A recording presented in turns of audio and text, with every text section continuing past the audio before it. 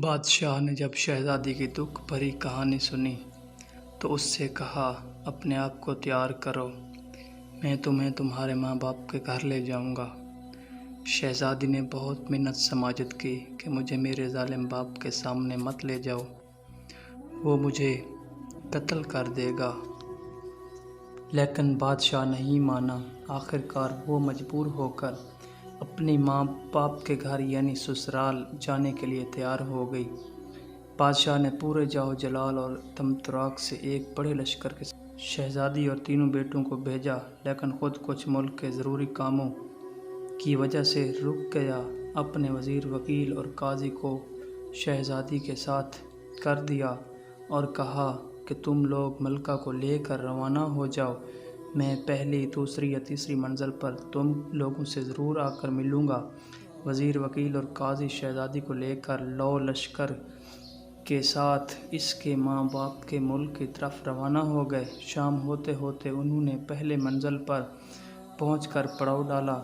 خادموں نے شہزادی کا خیمہ کھڑا کیا۔ تب شہزادی نے دیکھا کہ وزیر کا خیمہ بھی اس کے خیمے کے بالکل قریب کھڑا کیا گیا۔ شہزادی نے وزیر کو بلا کر اس سے پوچھا، اے وزیر، تم جانتے ہو کہ میں ایک بادشاہ کی بیٹی ہوں اور ایک بادشاہ کی بیوی ہوں، تم اپنا خیمہ یہاں سے دور لگا دو۔ وزیر نے کہا، ملکہ صاحبہ، بادشاہ نے ہمیں آپ کی حفاظت کی خاطر آپ کے ساتھ روزانہ کیا ہے۔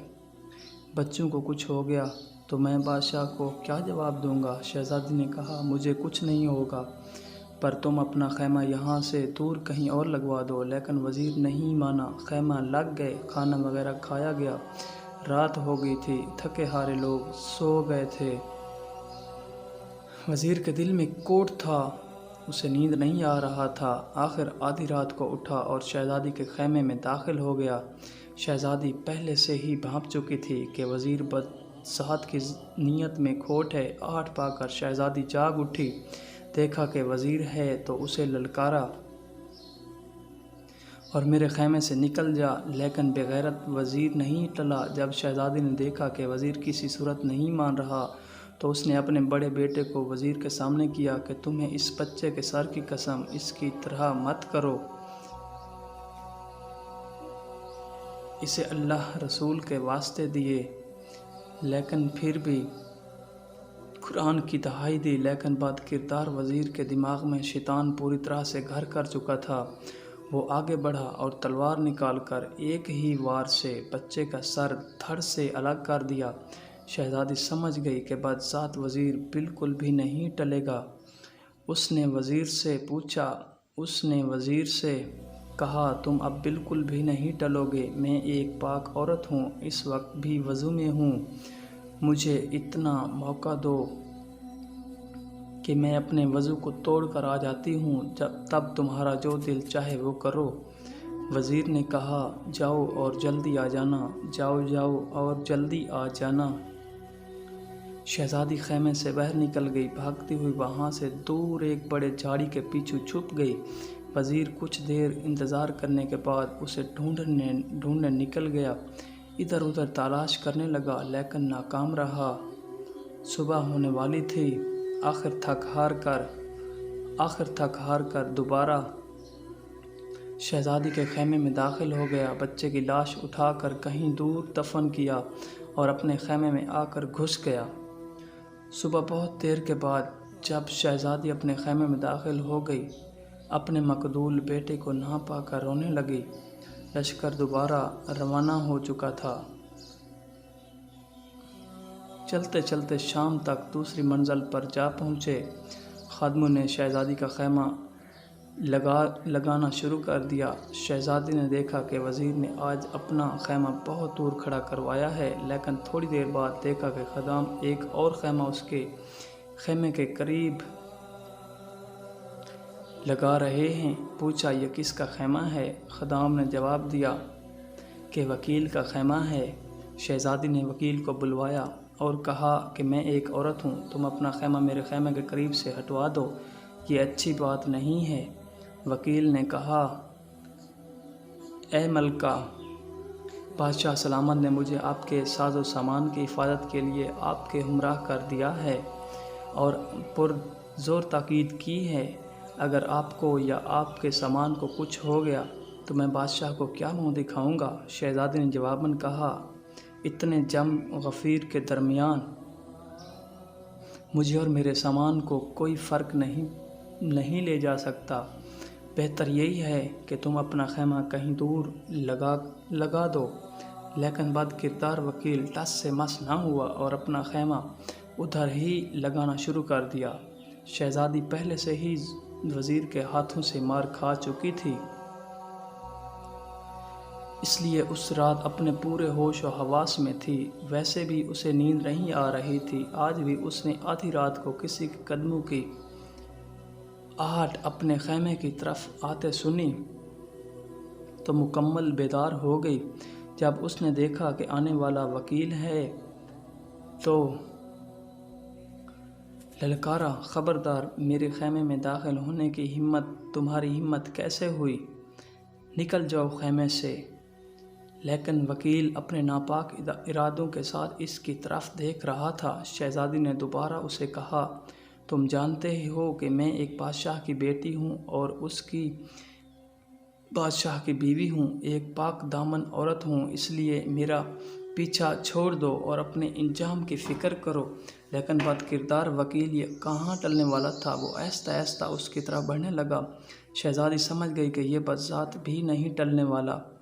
اس نے دہائی دی کہ اس معصوم کے سر کی قسم، میرا پیچھا چھوڑ دو اور نکل جاؤ یہاں سے۔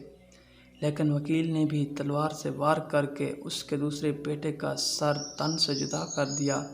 شہزادی نے بچارگی سے کہا، اگر تم اپنے ناپاک ارادوں سے نہیں ٹلنے والا تو مجھے موقع دے، کیونکہ میں پاک و صاف اور وضو سے ہوں۔ مجھے کچھ وقت دے تاکہ میں خود کو ناپاک کر دوں، اس کے بعد جو تمہارا دل چاہے کرو۔ وکیل نے اسے جانے دیا۔ شہزادی خیمے سے نکل گئی۔ آج بھی شہزادی میں جتنی ہمت تھی نکل بھاگی اور جہاں تک اس کے قدموں نے ساتھ دیا بھاگی اور آخرکار تھک ہار کر ایک بڑے جھاڑی کے پیچھے جا کر چھپ گئی۔ وکیل نے جب دیکھا کہ شہزادی ابھی تک نہیں آئی تو وہ بھی اس کے پیچھے نکل پڑا۔ ادھر ادھر بھاگ دوڑ کر اسے بہت ڈھونڈنے کی کوشش کی لیکن ناکام رہا۔ اب اسے ڈر لگنے لگا کہ بچہ بھی جان سے گیا اور شہزادی بھی بھاگ نکلی۔ اگر کسی نے بادشاہ کو خبر کی تو وہ مجھے کھولتے تیل میں تل دے گا۔ وکیل جلدی جلدی واپس آ گیا، مرے ہوئے بچے کو اٹھا کر کہیں دور دفن کیا اور اپنے خیمے میں جا کر سوتا بن گیا۔ جب صبح پھوٹی تو شہزادی آہستہ آہستہ اپنے خیمے میں داخل ہو گئی۔ دیکھا کہ دوسرے بیٹے کی لاش بھی نہیں ہے۔ وہ سمجھ گئی کہ بد کردار وکیل نے اسے بھی ٹھکانے لگا دیا ہے۔ بیچاری کس پر اعتبار کرتی، اس لیے چپ رہی۔ لشکر پھر شہزادی کے بادشاہ کے ملک کی طرف روانہ ہو گیا۔ آج شہزادی اکیلی ایک بیٹے کے ساتھ غموں کا بار لیے اونٹ پر سوار تھی۔ جب تیسرے منزل پر پڑاؤ ڈالا گیا تو آج وزیر اور وکیل نے اپنے خیمے شہزادی کے خیمے سے بہت دور کھڑے کروا دیے تھے۔ وہ شرمندہ شہزادی کے سامنے آ ہی نہیں رہے تھے۔ حیران و پریشان تھے کہ جب بادشاہ کو پتہ چلے تو اسے کیا جواب دیں گے۔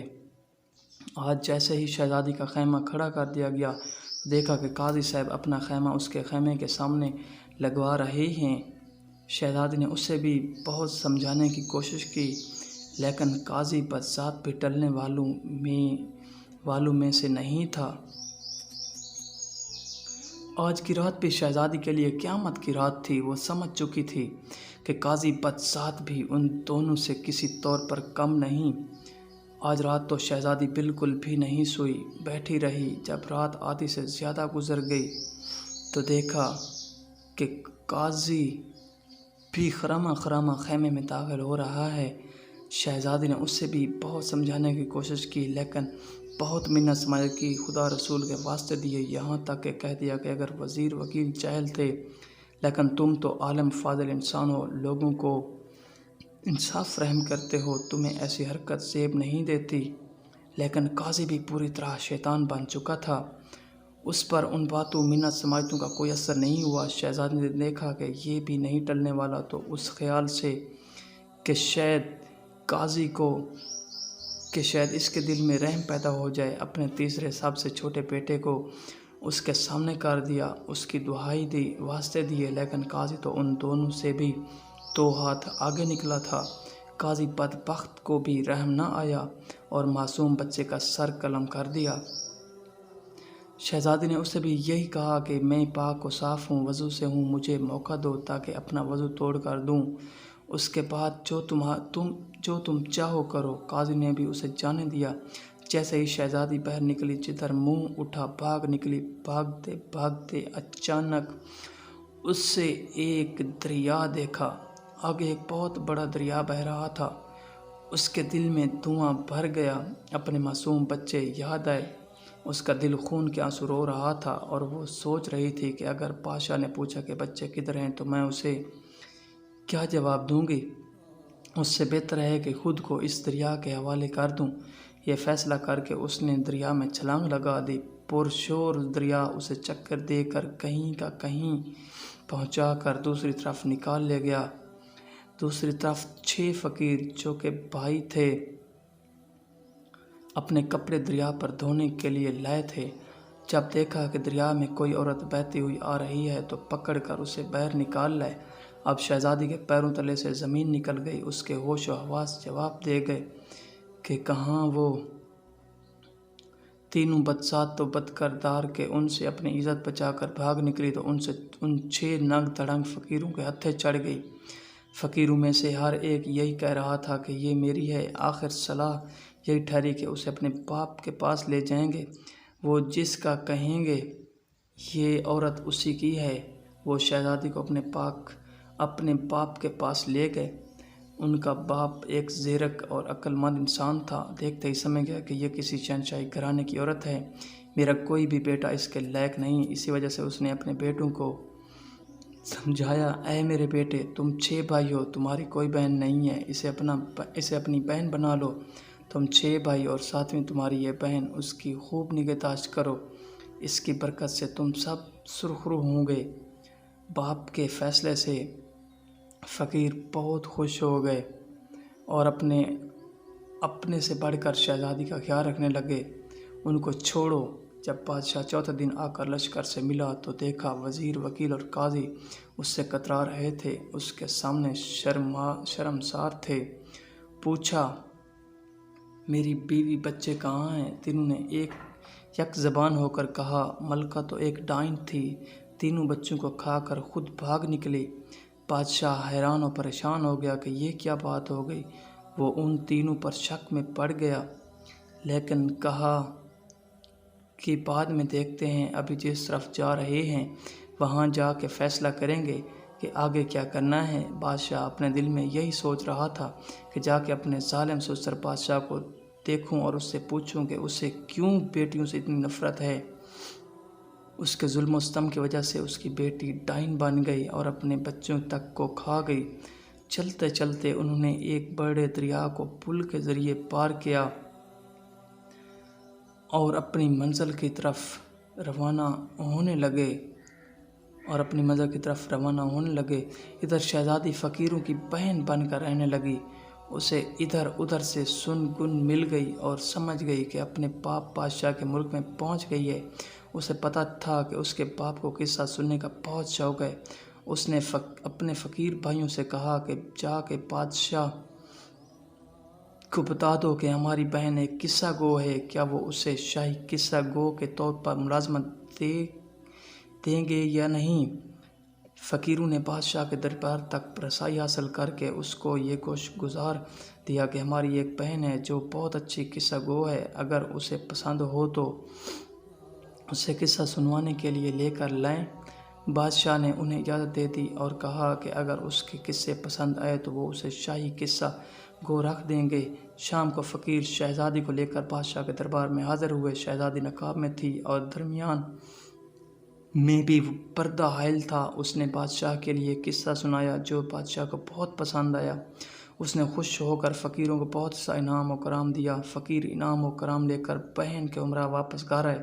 وہ پہلے ہی بھیک مانگنے سے بیزار تھے، اس لیے بہت خوش ہوئے تھے۔ ہر رات آ کر بادشاہ کو ایک نیا قصہ سناتی۔ بادشاہ سے داد اور انعام و کرام پا کر اپنے فقیر بھائیوں کے ساتھ گھر لوٹ آتی۔ فقیر بھائیوں کی جان بھی بھیک مانگنے سے چھوٹ گئی۔ ایک رات جب وہ آئی تو